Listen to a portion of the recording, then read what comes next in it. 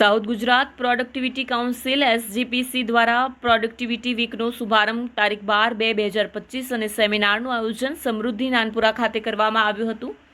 National productivity council જે વાણિજ્ય અને ઉદ્યોગ મંત્રાલય ભારત સરકાર હેઠળ આવે છે તેની સાથે સંકળાયેલ છે. છેલ્લા 65 વર્ષથી કાર્યરત South Gujarat Productivity Council SGPC દ્વારા દર વર્ષની જેમ આ વર્ષે પણ ideas to impact protecting intellectual property for competitive સ્ટાર્ટઅપ્સની થીમ પર પ્રોડક્ટિવિટી વીકની તારીખ 12 થી 18 ફેબ્રુઆરી 2025 સુધી ઉજવણી કરી રહ્યા છે.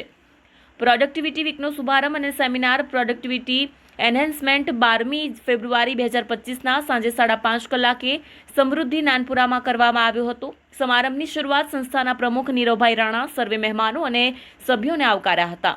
સાથે જ સંસ્થાની પ્રવૃત્તિ વિશે માહિતી અને પ્રાસંગિક પ્રવચન પણ કર્યું હતું અને મુખ્ય અતિથિ DIC સુરતના deputy director Shri JB Dave, અતિથિ વિશેષમાં SGCCIના ટ્રેઝરર શ્રી મૃણાલ શુક્લનું અને મુખ્ય વક્તા Green Dot management consultant Shri Nirav ત્રિવેદીનું તથા સંસ્થાના પ્રમુખ નીરવ રાણા, ઉપપ્રમુખ શ્રી આશિષ ગુજરાતી, માનદ મંત્રી શ્રી સંજય પંજાબીએ, ખજાનચી શ્રી દીપેશભાઈ શાકવાડા, પૂર્વ પ્રમુખ શ્રીઓ પ્રફુલ્લ શાહ, અરવિંદ કાપડિયા, સભ્ય શ્રી સંજય ગજીવાડા તેમજ અન્ય હોદ્દેદારોએ વારાફરતી પુષ્પગુચ્છ અને મોમેન્ટો દ્વારા સ્વાગત કર્યું હતું.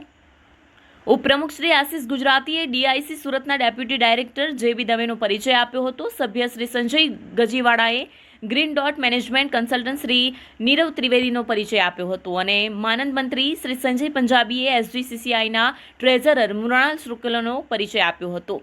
SGCCIના ટ્રેઝરર મૃણાલ શુક્લાએ પ્રોડક્ટિવિટી વિશે સુંદર ઉદ્બોધન પણ કર્યું હતું.